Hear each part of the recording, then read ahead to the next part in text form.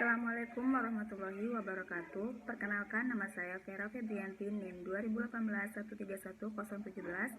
semester 6 Pendidikan Sejarah. Di sini saya membuat video untuk mengikuti UTS Sejarah Kemerdekaan Orde Lama. Di sini saya akan mempresentasikan 3 materi makalah, yaitu mengenal proklamasi kemerdekaan.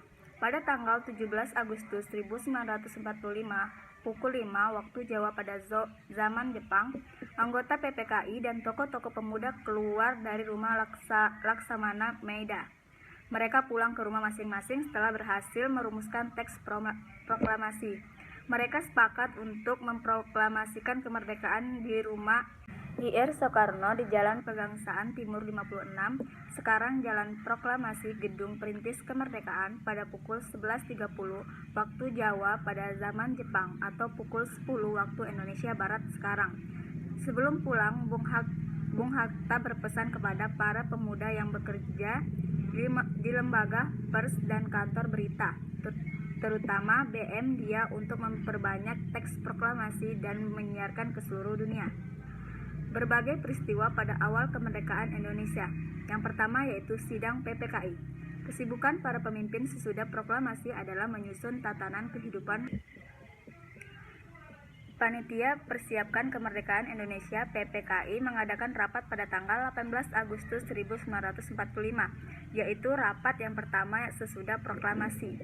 Yang kedua yaitu perebutan kekuasaan dan senjata. Di beberapa daerah di Indonesia masih terjadi perebutan kekuasaan. Di beberapa keresidenan di Jawa pada September 1945, pemimpin masing-masing menyambut proklamasi kemerdekaan dengan menyatakan diri sebagai pemerintah Republik Indonesia dan mengancam terhadap segala tindakan yang menentang pemerintah RI akan diambil tindas keras.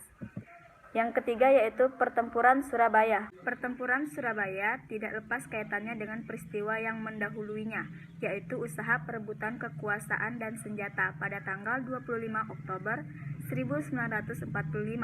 Brigade di bawah pemimpin Brigadier AWS Maladi mendarat di Surabaya. Selanjutnya yang keempat yaitu Pertempuran Ambarawa.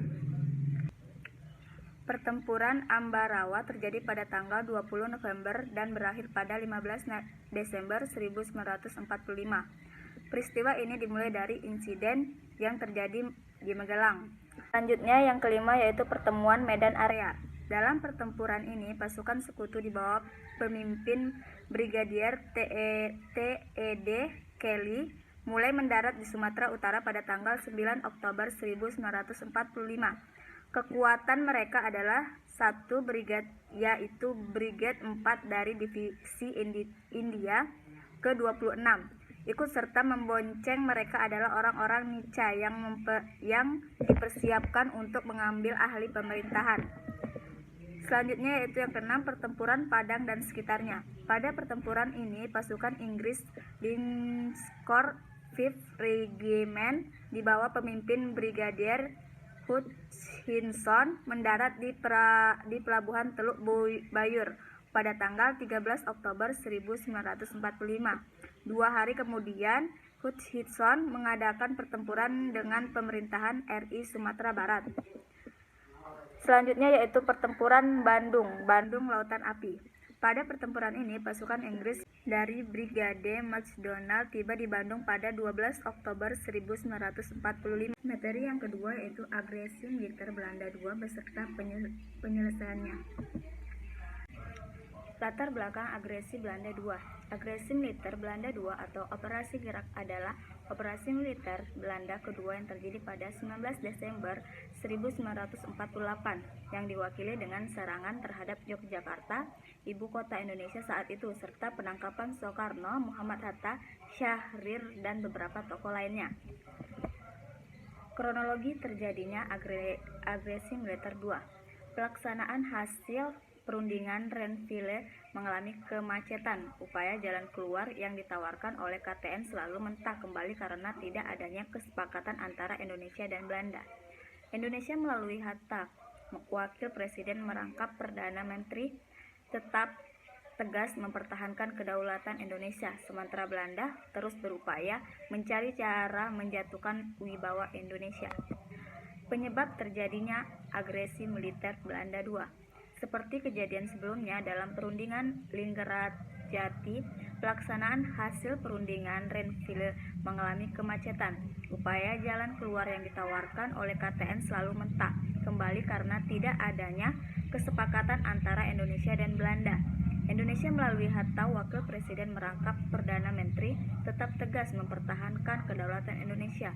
Sementara Belanda terus berupaya mencari cara menjatuhkan wibawa Indonesia. Selanjutnya itu tujuan Belanda mengadakan agresi militer II. Adapun tujuan Belanda mengadakan agresi militer yang kedua ialah ingin menghancurkan kedaulatan Indonesia dan menguasai kembali wilayah Indonesia dengan melakukan serangan militer terhadap beberapa daerah penting di Yogyakarta sebagai ibu kota Indonesia pada saat itu. Yang selanjutnya yaitu peran Jenderal Sudirman dalam agresi militer Belanda II. Serangan yang dilakukan Belanda pada tanggal 19 Desember 1948 kemudian terdengar oleh Panglima Jenderal Sudirman. Ia kemudian pada pagi itu juga sekitar jam 8 mengeluarkan perintah kilat melalui radio. Hal ini dilakukan karena pada saat itu beliau sedang dalam kondisi tidak sehat sepenuhnya. Pemerintah Darurat Republik Indonesia. Keputusan dilakukan Jenderal Sudirman ternyata benar-benar keputusan yang tepat karena para pemimpin yang ada di dalam kota Yogyakarta berhasil ditangkap. Mereka kemudian diasingkan keluar Pulau Jawa pada tanggal 22 Desember 1948. Perjuangan bangsa Indonesia terhadap agresi militer Belanda II. Keampuhan strategi diplomasi dengan melancarkan agresi militernya yang kedua, Belanda ingin menunjukkan kepada dunia bahwa RI beserta TNI-nya secara de facto tidak ada lagi. Tujuan Belanda itu dapat digagalkan oleh perjuangan diplomasi. Para pejuang diplomasi antara lain Palar, Sujatmoko, Sumitro, dan Sudarpo yang berkeliling di luar negeri. Selanjutnya itu perundingan Roem-Roygen untuk menjamin terlaksananya penghentian agresi militer Belanda II. PBB membentuk United Nations Commission for Indonesia (UNCI) atau Komisi PBB untuk Indonesia. Perundingan mulai pada pertengahan April 1949. Selanjutnya itu hasil perundingan Roem-Roygen. Pertama yaitu pernyataan Indonesia. Yang kedua pernyataan Belanda. Selanjutnya itu dampak agresi militer Belanda II bagi bangsa Indonesia.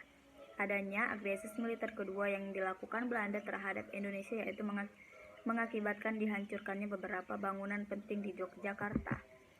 Selanjutnya itu akhir agresi militer Belanda II.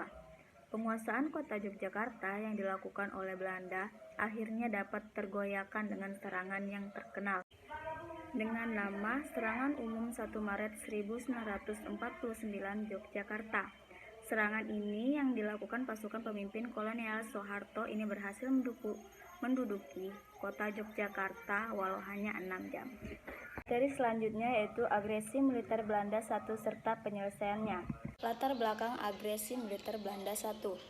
Belanda mengartikan isi dari perjanjian Linggarjati berdasarkan pidato Ratu Wilhelmina pada tanggal 7 Desember 1942 yaitu yang pada intinya mengharapkan bangsa Indonesia menjadi anggota Commonwealth dan akan disusun menjadi negara federasi, kemudian Belanda yang akan menata hubungan di luar negeri bangsa Indonesia. Berikut ini destinasi utama pihak Belanda melancarkan agresi militernya terhadap bangsa Indonesia. Yang pertama ada militer, yang kedua politis, yang ketiga ekonomi.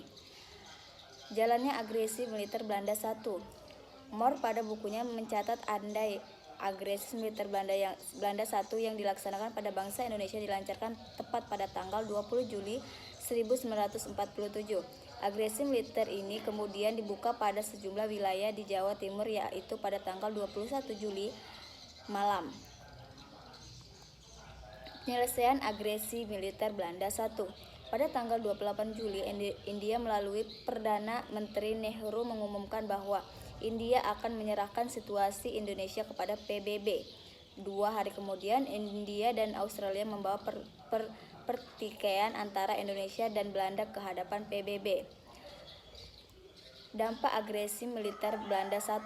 Dampak positif, perjuangan bangsa Indonesia memperoleh simpati dan dukungan dari masyarakat internasional. Dampak negatif, wilayah kekuasaan Republik Indonesia semakin sempit. Dampak agresif Belanda 1 terhadap pihak Belanda. Dampak positif, wilayah kekuasaan Belanda semakin luas. Belanda berhasil menguasai daerah-daerah penting di Jawa Barat, Jawa Tengah, bagian utara, sebagian Jawa Timur, Madura, dan sebagian Sumatera Timur. Dampak negatif yaitu menimbulkan reaksi penentangan dari dunia internasional, terutama PBB. Dampak agresi Belanda 1 terhadap respon dunia internasional. Dampak agresi Belanda 1 terhadap respon dunia internasional, masalah Indonesia dimasukkan dalam acara sidang DKPBB pada tanggal 31 Juli 1947. India dan Australia mengusulkan bahwa atas dasar pasal 39 Piagam PBB agar DKPBB mengambil semua tindakan yang mengancam perdamaian dunia. Itulah tadi presentasi materi dari saya. Kurang dan lebihnya saya minta maaf, dan kepada Allah saya memohon ampun. Wabillahi taufiq wal hidayah. Wassalamualaikum warahmatullahi wabarakatuh.